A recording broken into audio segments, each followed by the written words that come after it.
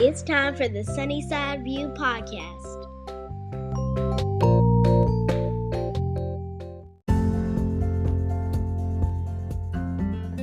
All right. So welcome, listeners, of course, to the illuminating episode of the Sunnyside View. Today, I am so honored to be hosting the brilliant Dr. Cole Perry, who is a pioneering researcher, educator, and staunch advocate for equity. Today, we get to explore the uncharted territories of education liberation and really try to discover some unconventional pathways to empower the next generation. So, Dr. Perry, tell us a little bit about you. Introduce yourself for those that don't know you. Sure. I am currently a classroom teacher. I teach high school Spanish in Cincinnati public schools in a public Montessori high school. I'm just in my full year doing that. And before that, I worked for about 17 years in summer camp. And my research is mostly on summer camp and out of school programs for teenagers. I did grad school and got to do my research at the camp where I grew up and worked because my dad was a camp director there. That's the real short version. I don't know. Yeah, I'll tell people to Google you because there's so much that you have covered. And I think that people who have not worked in community service organizations or nonprofit youth programming don't realize how much education is packed into those spaces, packed into summer camp and after school and teen programs, how much, not just, academics, but also like that life academia. I think people don't really realize it. We work for the Y, that's how we met.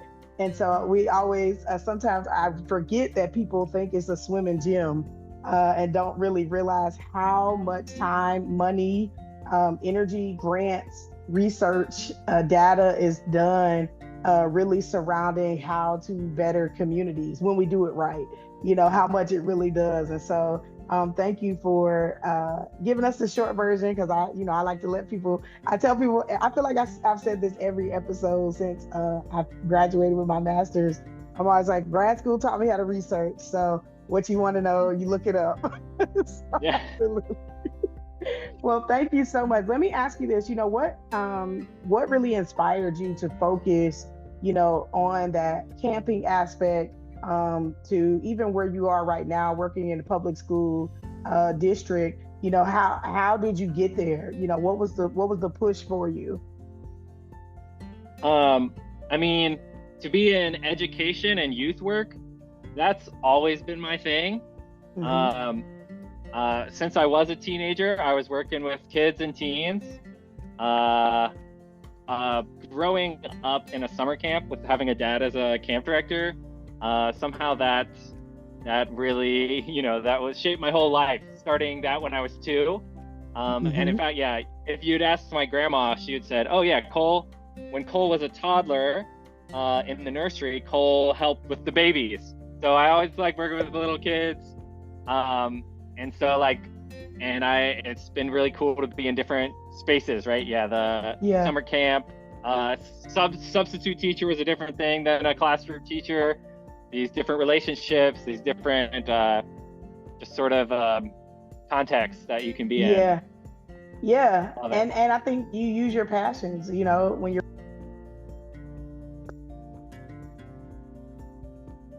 that they are available. So let me ask you this. In your view, what are some key shortcomings that you've seen from your research, from what you're seeing in the classroom? Are there any key shortcomings like in the current?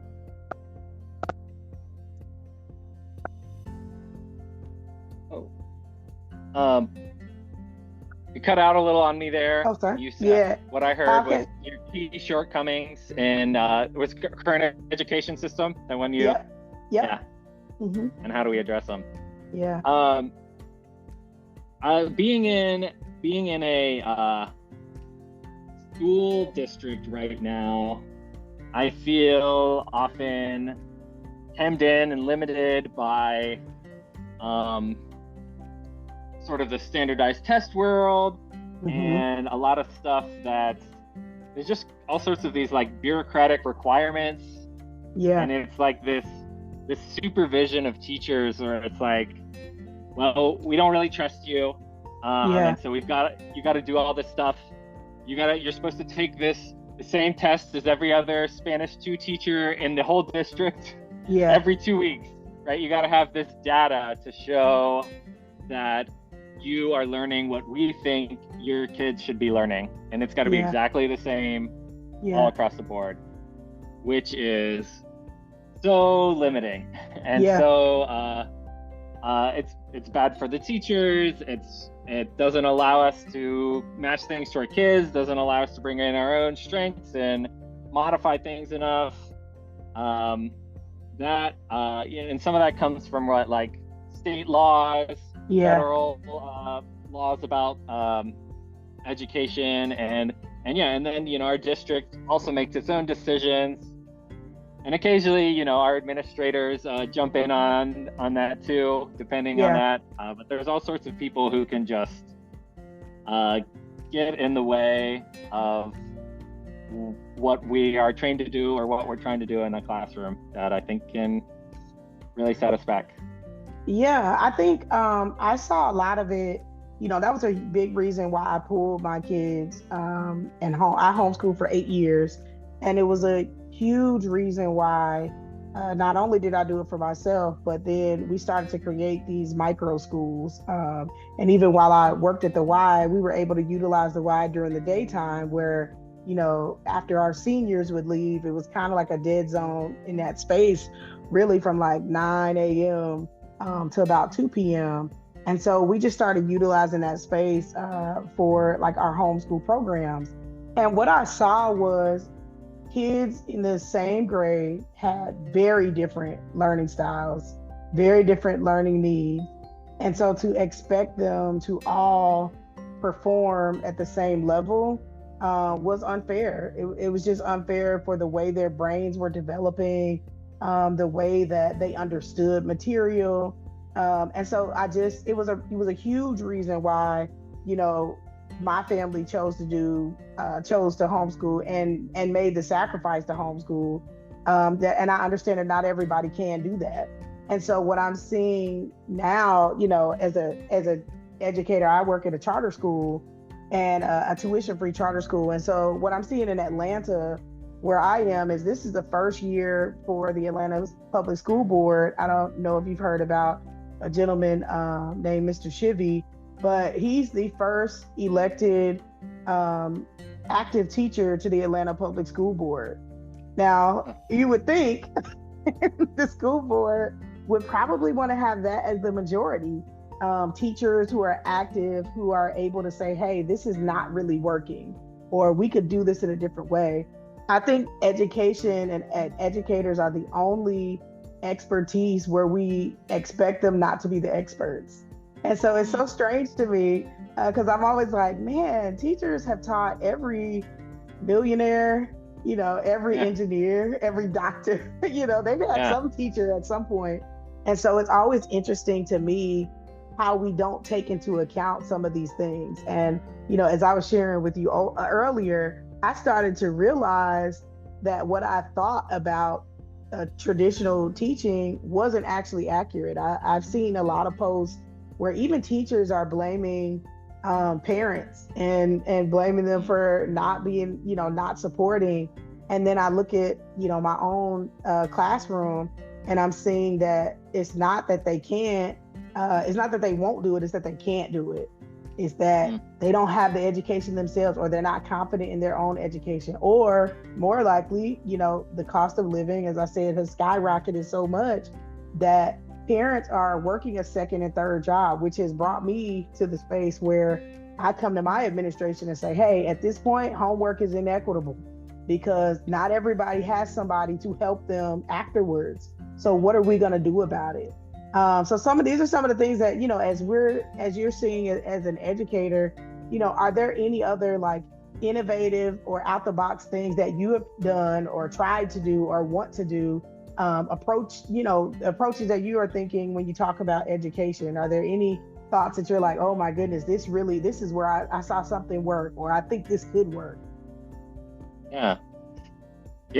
I think I'd love to tie those two questions together in the sense of like, we both love camp, right? Summer camp.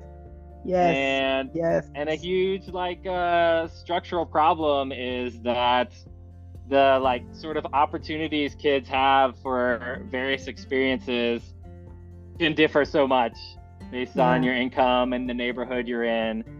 And that to me is so sad because I feel like I got a lot out of summer camp, and so many kids can. And the kids that wouldn't should have a dozen other experiences that they can get, like social emotional learning, leadership opportunities, like real responsibilities. Kids need that. They need to develop those skills. And there are so many, I got to study in grad school, I got to study so many really cool out of school, like structured opportunities, and they come in so many different shapes and sizes. I love studying them. I will talk about what my advisor got into youth programs specifically because he was doing these beeper studies with little pagers. So this dates that, right? He was doing this work, and he was like just studying kids or people's emotional lives. And so like kids in school had this high level of challenge and really low motivation. And when the kids were with their friends, they had really high motivation and really low challenge. But when they were in some certain good out of school programs, they had high challenge and high motivation. And I was like, whoa, that's such a cool way to think about, like, when do kids find themselves intellectually or just challenged in different ways, and supported by adults.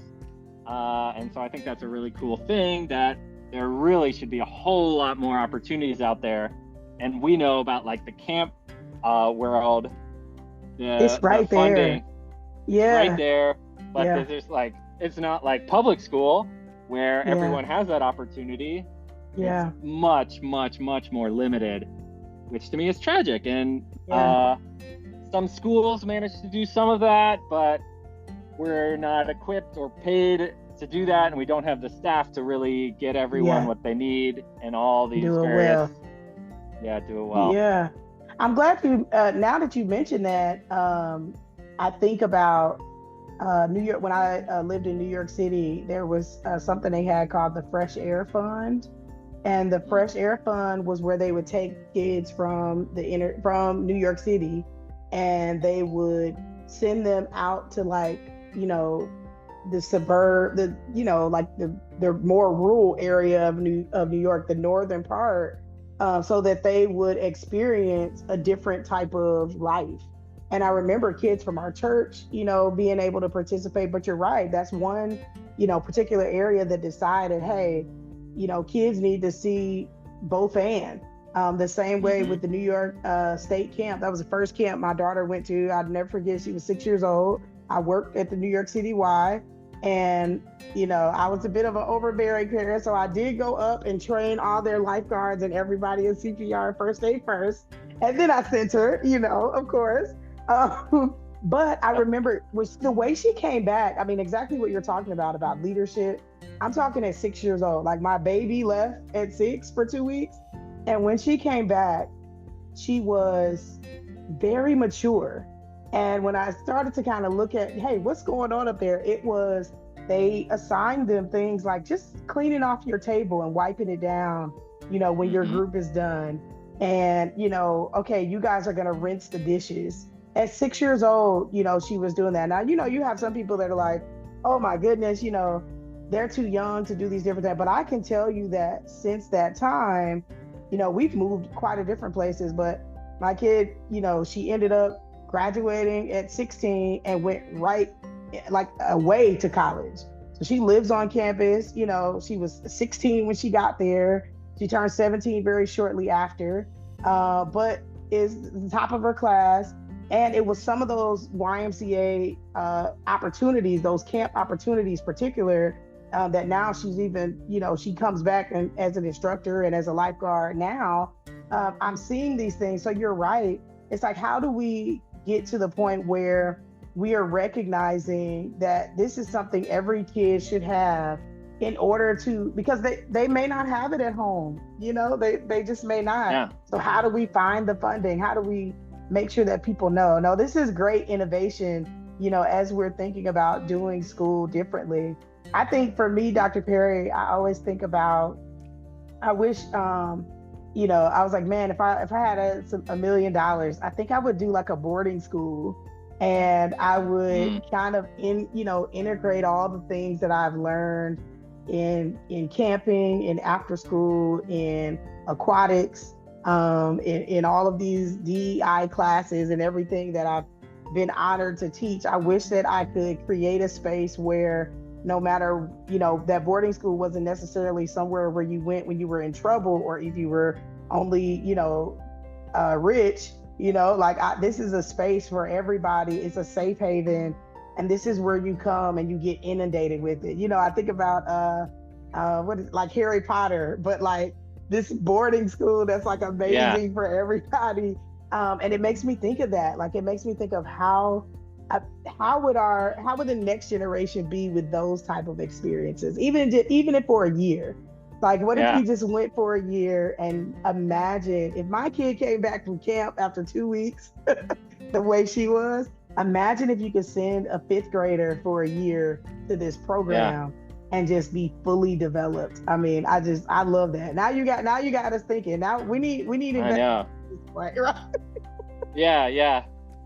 I love that. So let me ask you this. What do you feel like, how do you feel like technology and digital resources, how do those kind of play into, pushing forward, education liberation, pushing forward for this next generation? How do you feel like, how does it go in your classroom? Yeah, I know. I think in camps and schools, we're often, we don't do a good job of like media literacy or technology skills. I think we often really fail on that. And I'm always like, oh yeah, in my classroom, like, I don't want kids on their phones, obviously. And at camp, we don't want kids on their phones all the time. We don't want staff on their phones all the time. But at the same time, I've argued with people or just tried to figure it out. It's like, but really, really, really, what we want kids, what would be great would be if kids like came away with the skills to use technology responsibly and like have self-discipline and be able to like use their phones to learn things, to connect with other people, to take care of their mental health, to take breaks. And I think that all that we really can do in the way things are usually set up is like take them away or not, right? Or like, and that's not really the skill building that people need, that kids need. And so I think a lot would have to change for us to be able to work with kids around that. But like, I think like as much negative as we know and hear about in terms of like technology and stuff, that there's so much potential there, and that kids get a lot of good stuff from their phones, devices as well. And so there's like a paradox there. I agree. Maybe you have some thoughts, because who knows? For me, now I have 5th graders. I teach at a middle school, but it starts at 5th grade. And so for us, I absolutely, and also me personally as a parent, I understand wanting your child to have a way to contact you in case of emergency. Like, I get it.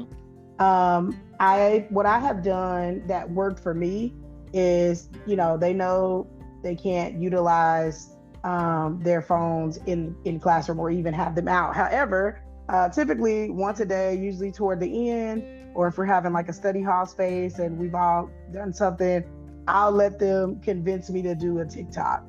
And just them knowing that Professor B is gonna come and look ridiculous with us, they're like ready for it. You know, they're getting their work done.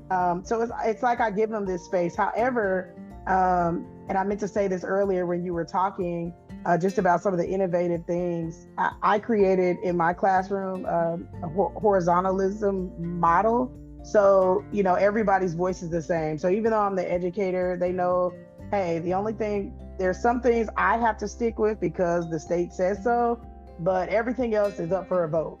Everybody knows that, you know, so we vote a lot in my class. You know, as we've started to talk with it, you know, I'm like, hey, if you can argue and convince all of us that having phones out are not going to be disruptive to anyone, and if we can vote unanimously, then absolutely we can. And what I find is most students are like, no, it really distracts me. I can't do it. But it's the choice that makes them supportive of some of their classmates having a time to have it out. And I think that's what we miss, especially when we think about the power dynamic of, you know, adults and kids and educators and kids. And I know, you know, my views sometimes can be out the box, but we've seen it at camp. Like you said, we see teen leaders leading kids all the time, and we don't think twice about it. It's only when it's in a classroom where we kind of have this hierarchy space. And so I think that there's opportunity for us as we think about the digital age. The truth is they're walking around with a computer in their pocket. So I want to teach you how to look it up. I want to teach you that Wikipedia is not to be trusted. Like I want you to look up peer-reviewed things. You know, if you have it anyway, I want you to be able to get your information. And I feel like in an age of protest and in an age of change, I want them to be able to know how to fact check something for themselves. I don't want you to ask me, you know, and so that's one thing my class knows. We use like the Chromebooks obviously all the time, and for us, you know, they know, you know, when I give the instruction or what we're doing for the day, if they have a question about it, the first thing they do is they ask a classmate. The second thing they do is they try to look it up on their computer, and then if they can't find it, then they come and find me, and then we look at it together. But again, I'm trying to teach them how to be. This is 5th grade social studies, but I'm trying to teach you how to be a researcher. I'm trying to teach you how to use your community and your colleagues and your network, and not just expect someone to give you the correct answer. So it's, for me, I think that's how I kind of started to use it. And they're young, you know, they're just getting to double digits. So I can't imagine, you know, in high school, you know, what can happen. I think there's a lot of bullying and things that happens with our phones, but I feel like if earlier on we teach them or really guide them in spaces to do it responsibly, hopefully by the time they get to your Spanish class, they're not still doing the same thing. Yeah, exactly. I know. That'd be nice. I haven't seen it, but you know, I've got all sorts of dreams. I'm only one classroom at a time for me. Sorry. Right. Yeah, right. Okay, so let me ask you this. How can educators and parents collaborate? You know, I think we hear a lot about, I almost feel like it's like a us versus them, but it's really not. So how do you see it, you know, especially with those high schoolers getting ready to go, hopefully, you know, getting ready to make some post-secondary plans, whether it's college or trade or workforce or whatever. How can educators and parents really collaborate as we're talking about education, as we're talking about even, you know, utilizing some of those camping experiences and things like that? How can that happen? Yeah, that was a big shift for me coming from the camp world. I often found myself in roles where I kind of tried to put myself where it's like, someone is working with parents some, but I'm going to be part of this independent camp experience where I'm working on kids with them, and they're advocating and developing their autonomy. And so then I went to the classroom, And I was like, I know I got to change things, and I'm still working on that. And like, I still got to work. I'm not as experienced in that. And it's like, man, there's so many. It's got to be a community. Everyone who's caring for this kid.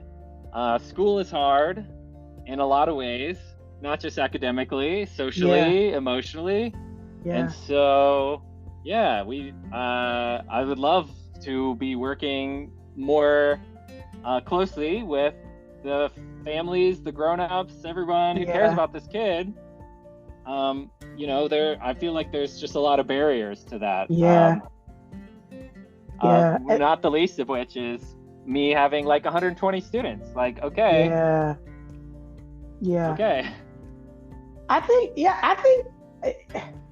high school parents, we may not necessarily think of it in that manner. So, like I mentioned, I was a homeschool parent before this year.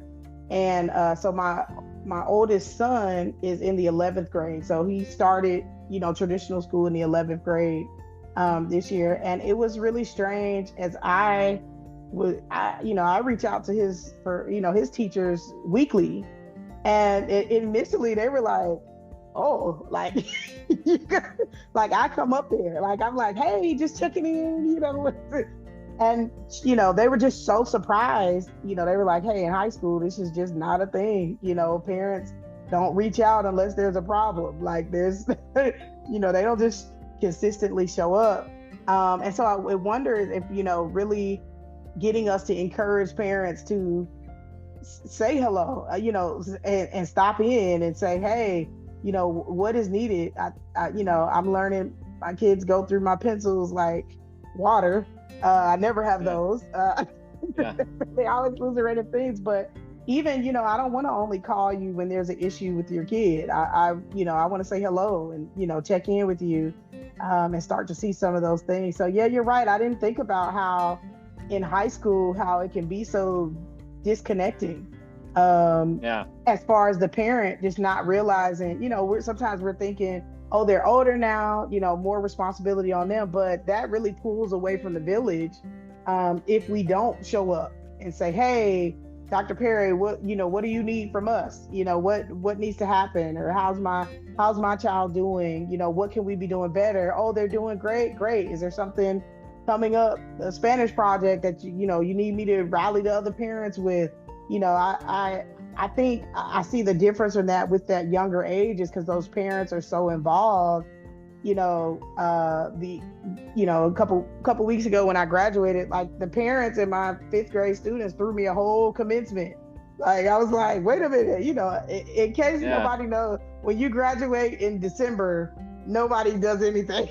Yep. I was like, whatever. But they did it. They came together. So yeah, it makes me think about that power. I had a student that told me probably in the first 2 weeks of school this year, he said to me, Professor B, I spend more time with you than I do with my mom. And I thought about, by the time he gets home, and because mom works 2 jobs, he does see me more than he sees his parent. And that's really powerful, knowing too, even for the parent probably is missing a lot of information, but they might be missing it because they can't afford not to miss it. They're trying to make sure there's a roof over their head. And that's something that you mentioned earlier, where you were talking about some of those socio-emotional things that start to show up as we think through not only the socio-emotional aspect, but even, how can we foster critical thinking and creativity in students as we're trying to prepare them for this rapidly changing world? How do we add all of those things in? How can we do that as a community? Mm-hmm. Great question. Yeah. I'm still thinking about your boarding school. My dad and I would always talk about that too, because he's a camp director and I work at a camp. And you said like send someone away for a year, and I was like, oh yeah, what if we just had like the education was really community based. Can you see it where it's like they do the schooling is done by people in the community, and then but there's stuff that happens in the summer too, and it can be recreational, it can be and it's all connected. And then at some point especially probably when you're a teenager, you probably do need to go check out somewhere else for a year. Get a little break from your home community. But it's community based. That would be beautiful, right? Like and I think you're right. I mean, I saw it with the homeschool micro school in Charlotte particularly. It was and it still is a really strong community that we did that. I was a senior and a program director there, and what we did, just because I happened to be part of the community, I knew that I wouldn't be able to, teach all of the classes. So I asked the homeschool moms. I'm like, hey, we'll do a background check. We'll hire you at this organization, and you'll get paid to teach 10 kids instead of, and I don't care if your kids are part of that. I'm just saying, well, you'll have no more than 10 kids in your class. And we were able to create like a whole space where kids were doing SAT prep. They were doing urban horticulture. That was like my favorite, These kids right smack dab in the middle of Betty's Ford Road, which is the hood in Charlotte. And they were planting and eating. And like, it was amazing. They were all learning to swim. That was like my one thing, because, Black and brown students are 3 times more likely to drown. So they were learning how to swim. They had PE, they had lunch together, and it was this community that now I'm looking at these kids that are in college, they're Eagle Scouts, they got gold awards, they're leaders in different organizations. They're, just amazing critical thinkers. And it's because, like you said, they got it all the way around, and from the people in the community. Which is a huge reason why, I made the decision to go into the classroom. So I love this. I feel like we could be sitting and talking for days about plotting like, what can we do now? Absolutely. So last question for you, in your experience, has there ever been a time where you've seen maybe not immediate impact, but can you say, oh my goodness, this was impactful and it absolutely needs to be done again? Has there ever been a time or an experience that you've had that you were like, oh, this changed the game?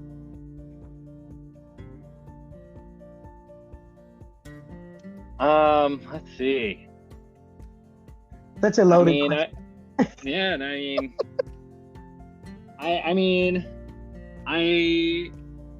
I probably have to go back to camp for that. I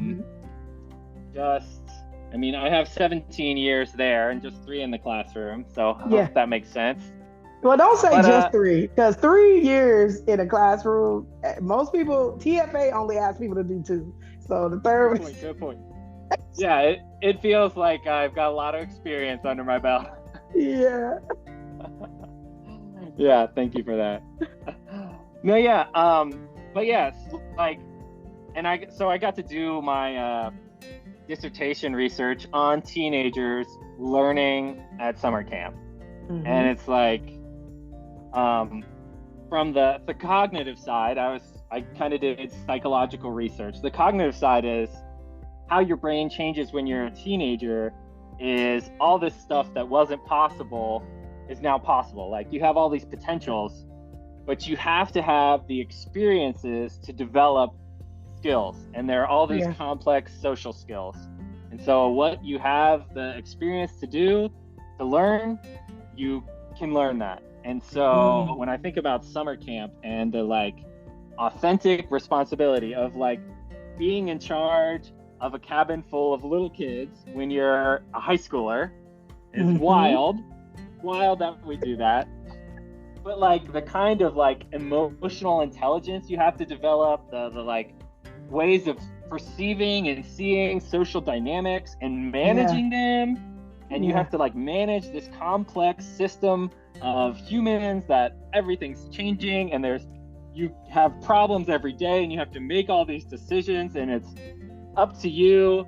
And then we do this work of scaffolding that at camp where we have experienced people, and I just think that sort of thing can make such a big difference to get that early.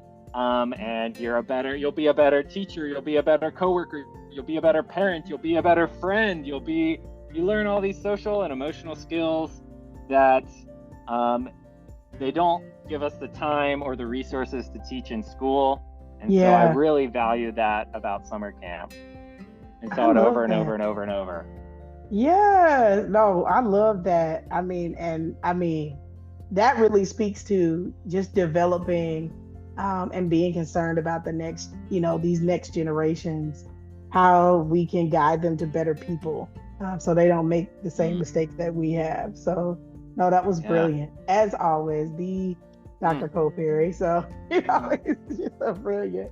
Well, Dr. Perry, is there any way people can reach you if they want to read more of your work, talk more about, some of the things that you're interested in with camping and education and all of the things that you're into? Yeah, people can for sure reach out to my email, drcoleperry@gmail.com, drcoleperry@gmail.com. I'm on Twitter. Let's see, what's my professional? Oh, my professional Twitter is Dr. Summer Camp, Dr. Summer Camp. I love that. I've got a Google Scholar page where there's some stuff on there that I like that I've written. If you want the academic side. Yeah. I love that. Yeah. I love that. Yeah, are you an Instagrammer? I do have an Instagram. It's nothing fancy. I post once every couple of years. Okay. And we'll leave that one alone. I was like, you can look for me there. I'll respond, but they won't learn much about me from that. I'm more of a lurker on there. That's okay. I love that. Well, as we draw the curtain on this insightful episode again with the remarkable Dr. Cole Perry, let's make sure that we continue to carry forward the torch of innovation and inclusivity in the classroom. Again, thank you, Dr. Perry, for guiding us through uncharted territories and definitely inspiring us, to just envision a brighter future, to think outside of the classroom, to think within camping, to think within all of these youth programmings on how we can do things better. Join us again next time for hopefully another thought-provoking conversation. Keep exploring, keep learning, and don't forget to stay paying attention to the sunny side view. Thank you so much, and we'll talk again soon.